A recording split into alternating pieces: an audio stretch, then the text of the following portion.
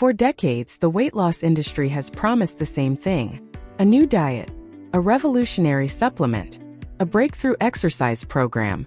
Each one claimed to change everything. Most didn't. Then GLP-1 drugs arrived. Almost overnight, medications like Ozempic, Wegovy, and Mounjaro began producing results that seemed impossible just a few years earlier. People weren't just losing 5 or 10 pounds. They were losing 15, 20, even 25% of their body weight in some clinical trials. Suddenly, the conversation changed. Doctors called it one of the biggest breakthroughs in obesity treatment. Investors poured billions into pharmaceutical companies developing similar drugs. Even industries far outside healthcare, from fast food to fitness and fashion, began wondering how these medications might change consumer behavior. So, are GLP-1 drugs truly the future of weight loss? Or are we simply witnessing another health trend surrounded by unrealistic expectations? The answer lies somewhere in between. To understand why these medications have generated so much excitement, we first need to understand the problem they're trying to solve. Obesity isn't just about appearance. It's associated with a higher risk of conditions including type 2 diabetes, heart disease, high blood pressure, sleep apnea, and certain types of cancer. Around the world, healthcare systems spend billions each year treating diseases linked to excess body weight. For years, the primary recommendation remained the same: eat less, move more. While those habits remain essential, researchers gradually realized something important. Many people weren't failing because they lacked discipline. They were fighting biology. When someone loses weight, the body often responds by increasing hunger signals while reducing the number of calories it burns each day.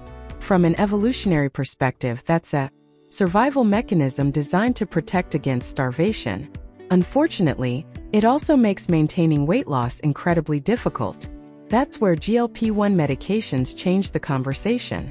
Instead of relying entirely on willpower, these drugs help regulate appetite by mimicking a naturally occurring hormone released after eating. Many patients report feeling full sooner. Cravings become less intense. The constant urge to snack often becomes much quieter. For the first time, many people describe eating because they're hungry, not because they're constantly thinking about food. That change alone can dramatically reduce daily calorie intake without the exhausting feeling of constantly fighting cravings. Clinical trials have supported these experiences. Studies involving semaglutide and newer GLP-1 medications have demonstrated significant average weight loss when combined with healthy lifestyle changes, giving physicians an effective tool that simply didn't exist a decade ago. It's easy to see why excitement exploded. But here's where things become more complicated. Calling GLP-1 drugs the future assumes they're the complete answer. And no responsible obesity specialist would make that claim. Every medication has limitations. GLP-1 drugs are no exception. Some patients experience nausea or digestive side effects. Others find long-term treatment expensive. Not everyone qualifies medically. And like any prescription therapy, results vary from person to person. There's also an important question researchers continue studying. How long should people stay on these medications? Current evidence suggests that many patients regain at least some weight after discontinuing treatment if healthy lifestyle habits aren't firmly established. That doesn't mean the medications failed. It simply reinforces something doctors have known for years. Managing obesity is often a long-term process rather than a short-term project. Think about managing high blood pressure. Taking medication helps control the condition while you're taking it. Stopping treatment without another management plan often allows the condition to return. Many obesity specialists now view GLP-1 medications through a similar lens, not as temporary diet drugs, but as part of long-term chronic disease management for appropriate patients. That's a major shift in how medicine views obesity. Instead of asking, how can someone lose weight as quickly as possible? Doctors are increasingly asking, how can someone maintain better health for the next 20 years? That difference changes everything. Because the future of weight loss may not be about finding stronger medications alone. It may be about combining effective medication with nutrition, physical activity, sleep, behavioral coaching, and long-term support. In other words, the future isn't likely to be one solution. It's likely to be a smarter combination of several. And that's exactly why one important question still remains. If GLP-1 drugs are so effective, will they eventually replace traditional dieting altogether?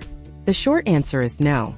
GLP-1 drugs may transform the way obesity is treated, but they're highly unlikely to replace healthy living.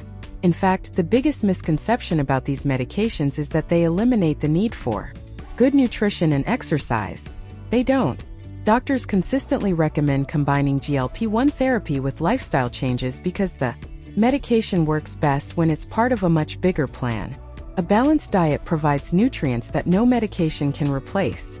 Exercise strengthens the heart, preserves muscle, improves mental health, and reduces the risk of countless diseases far beyond obesity.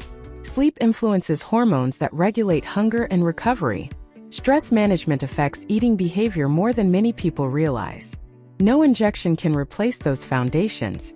That's why many obesity experts believe the future of weight loss won't belong to medication alone. Instead, it will belong to personalized treatment. Some people may benefit from prescription GLP-1 medications under medical supervision.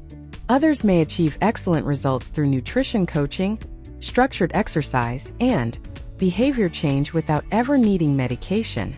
And many will likely use a combination of approaches depending on their health, age, medical history, and personal goals. That's exactly where healthcare is heading. Rather than asking, what's the best weight loss solution? Doctors are increasingly asking, what's the best solution for this individual? It's a much smarter question. Another reason GLP-1 drugs probably won't replace every other strategy is accessibility. Not everyone qualifies medically. Some people experience side effects that make treatment difficult. Others simply can't afford long-term therapy. Even if these medications become more widely available in the future, they won't be the right fit for everyone. That has created growing interest in alternative approaches for people looking to manage their weight without prescription injections. Some focus entirely on improving nutrition and physical activity. Others choose medically supervised weight management programs. And some include non-prescription supplements as part of their overall routine. One example is PhenQ. Unlike GLP-1 medications, PhenQ is a non-prescription supplement designed to support healthy weight management efforts alongside proper nutrition and regular exercise. Doesn't involve injections, doesn't require a prescription, is easy to carry while traveling, and offers a more budget-friendly option for people who prefer a non-prescription approach. It's important to understand, however, that PhenQ isn't intended to replace prescription GLP-1 medications, and it shouldn't be expected to produce the same level of clinically demonstrated weight loss. They're different tools designed for different situations. Choosing between them should always depend on your individual needs, goals, and, when appropriate, guidance from a healthcare professional. Looking ahead, one thing seems increasingly clear. GLP-1 drugs are unlikely to be remembered simply because they help people lose weight. They may be remembered because they completely changed how society understands obesity. For decades, many people believed excess weight was mainly the result of poor choices. Today, science paints a far more complete picture. Hormones influence appetite. Genetics influence metabolism. Sleep affects hunger. Stress changes eating behavior. Environment shapes daily decisions. Weight management isn't driven by one factor. It's influenced by dozens. GLP-1 medications didn't erase that complexity. They helped reveal it. And that's perhaps their greatest contribution. They've encouraged doctors, researchers, and patients to stop blaming individuals and start understanding the biology involved. That's real progress. So, are GLP-1 drugs the future of weight loss? They're certainly part of it. But they aren't the future. The future is likely to combine medical innovation with healthier lifestyles, personalized care, and long-term support that helps people maintain, not just lose weight. Because lasting success has never been about finding one perfect solution. It's about finding the right combination of solutions that you can sustain for life. And ultimately, that's what the future of weight loss should be about. Because the future of weight loss isn't about replacing healthy habits with medication. It's about using the right tools to make those healthy habits easier to maintain. And if GLP-1 drugs have proven anything, it's this. The future isn't about choosing between medicine and lifestyle. It's about combining science with consistency to create lasting health, not just temporary weight.